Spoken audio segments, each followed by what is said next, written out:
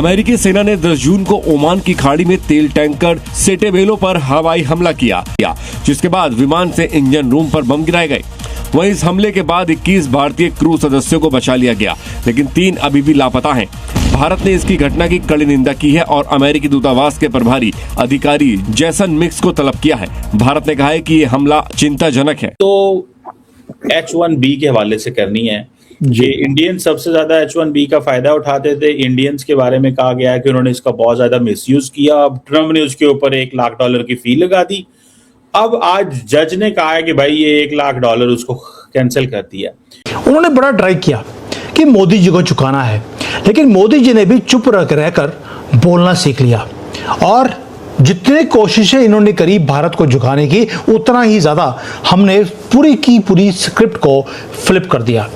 एक Indian vessel जिसके ऊपर एक पलाव फ्लैग था, जो केमिकल और ऑयल प्रोडक्ट कैरियर था, इसके ऊपर एक अटैक हुआ कोस्ट ऑफ ओमान के पास, जहां पर एक अभी ये जो कॉन्फ्लिक्ट चल रही है, आपने जैसे देखा पिछले 1-2 दिन से थोड़ी कॉन्फ्लिक्ट ये ईरान, अमेरिका और इजराइल के बीच में थोड़ी हीट अप हो रखी है, जिसमें उन्होंने कहा है कि भारत की जो फॉरेन पॉलिसी है वो इंडिपेंडेंट है और अगर अमेरिका से उनके रिलेशंस रहते हैं तो हमसे रिलेशंस खराब नहीं होंगे। और उसी के साथ साथ उन्होंने अब आप लोगों को या भारत को अपना एक पार्टनर भी बताया है और कहा है कि वो बहुत रिलायबल पार्टनरशिप जो है आप लोगों की है। अमेरिका ने अब खुलकर स्वीकार किया है कि उसकी सेना ने ही इस जहाज को निशाना बनाया। अमेरिका का दावा है कि ये जहाज ईरान जा रहा था, लेकिन हमले के बाद इसे चलने लायक नहीं छोड़ा गया।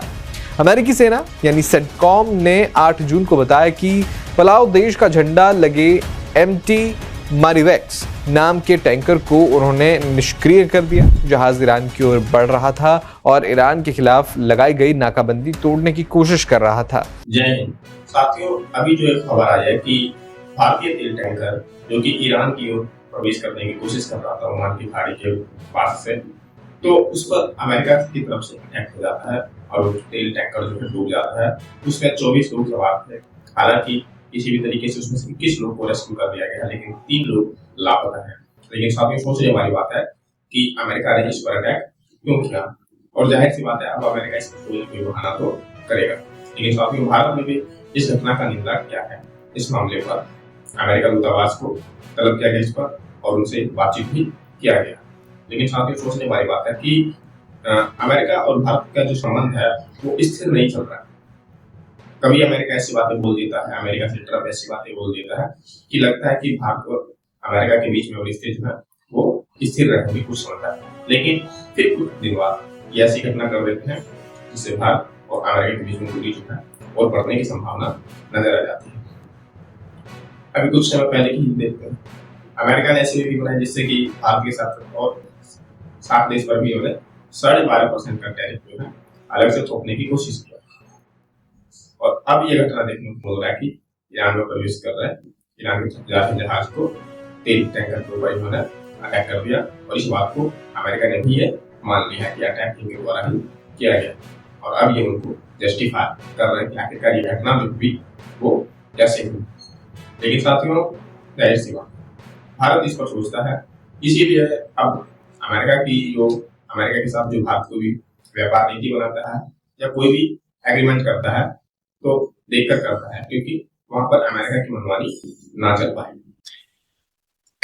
MT मारिवेक्स, ठीक है, मर्चेंट टैंकर मारिवेक्स जो ऑयल प्रोडक्ट्स टैंकर है जिसका नंबर इज 9464156, इसके ऊपर अटैक किया गया। इसके ऊपर एक पलाव फ्लैग था और प्रोडक्ट लेके जा रहा था। 2009 का कंस्ट्रक्शन, 135 मीटर लंबा ये शिप था। ये दुकुम के पास कहीं पे कोस्ट के पास था जहां पर इसके ऊपर अटैक हुआ। अटैक ड्रोन्स और मिसाइल्स के बारे में कुछ बोल रहे हैं, but we don't know exactly हुआ क्या है, because obviously nobody looked at that. But जो डैमेज हुआ है उसके बारे में हमको पता है कि इसकी जो इंजन रूम है उसके अंदर बहुत बड़ा होल है, पानी भर रहा है and the ship is listing मतलब वो टेढ़ी होनी शुरू हो चुकी है। वहां पर 24 भारतीय सेलर्स ऑन बोर्ड हैं, जो पूरा क्रू है वो भारतीय ही है। एंड जो उनका SOS कॉल आया वो आया और उसने बताया कि साहब लाइफ बोट्स भी हम लोग डिप्लॉय नहीं कर पा रहे क्योंकि पूरा सिस्टम ही आउट हो रखा है। अब देखिए जो दूसरा पता चला धीरे धीरे करके, ऑब्वियसली ये एस्केलेट हुआ होगा, हमारी MEA इसके अंदर घुसी होगी, everybody would have gotten inside, यहाँ से फिर फोन गए होंगे ओमान की तरफ। I believe the Omani navy के हेलीकॉप्टर्स ने आके वहां से बंदों को निकालना शुरू कर दिया है। एक आधा मैं आपको वीडियो दिखाता हूं जो अभी तक पब्लिक डोमेन में आया है, just to show you and share with you कि क्या क्या चल रहा है यहाँ पर। दिस इज द इवैक्यूएशन,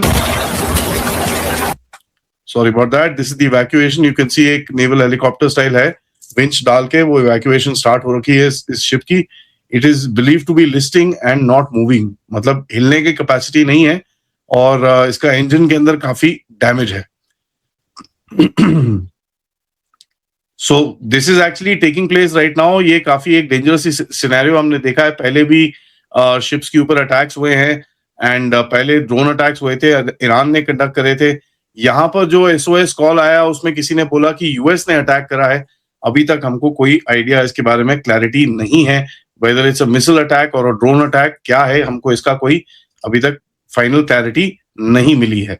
मैं एक और वीडियो दिखाता हूं जिसके अंदर आपको थोड़ा बहुत डैमेज का दिखेगा। You can see the smoke coming out. यहाँ पे खड़े हुए हैं sellers, and it is still, it is not even moving. So आपको where do you find Trump क्या नाकाम हो जाएंगे क्योंकि इंडियंस और बड़ी तादाद में अमेरिका में आएंगे?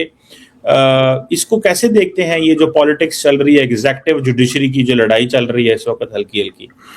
देखिए, Trump has shown no respect for the American constitution. उसके पास जो जिन चीजों के पावर्स नहीं है, जब उसने टैरिफ की बिल बताई थी तो मैंने अपने स्कूल, मतलब मैं जो सेमिनार पढ़ाता हूँ 313 US अमेरिकन फॉरेन पॉलिसी, तो उसे 19 साल के बच्चे होते हैं जो स्कूल से ग्रेजुएट होके 1-1.5 साल होता है उनको। उन सब का ये था कि he doesn't have the constitutional authority। तो बोलने की बात यह है, बच्चा बच्चा इस बात से वाकिफ है अमेरिका में, जो भी हाई स्कूल पास करता है and they study basic intro to American government and they read the US Constitution। US Constitution इतना छोटा है, आप एक क्लास में पढ़ा दे सकते हैं उसको। तो it's very clear कि customs, tariffs और excise duties वगैरह सारे के सारे कांग्रेस के हक में आते हैं। The president has no authority unless he is given authority। तो वो जो EEPA है, 202 है, 301 है, ये जो सेक्शंस है 1974 में ये लॉज पास हुए थे इमरजेंसी, उसके तहत ही उसके lawyers try to justify his policies based on those क्या कह सकते हैं आप प्रोविजंस। लेकिन Trump is not thinking, he doesn't seem to care कि ये मेरा हक नहीं है, this is not my constitutional authority। he thinks he is king of America। मतलब बेसिकली वो दो नौकरी करता है ना, एक तो अमेरिका का किंग है और दूसरा नेतन्याहू का चपरासी है ये। तो सुबह उठ के झाड़ू देता है नेतन्याहू के घर में, उसके जूते पॉलिश करता है, हाँ वगैरह, उसके कुत्ते को खाने वाने पे जाता है, उसकी गाड़ी धोकर फिर काम पे आ जाता है एज किंग ऑफ अमेरिका।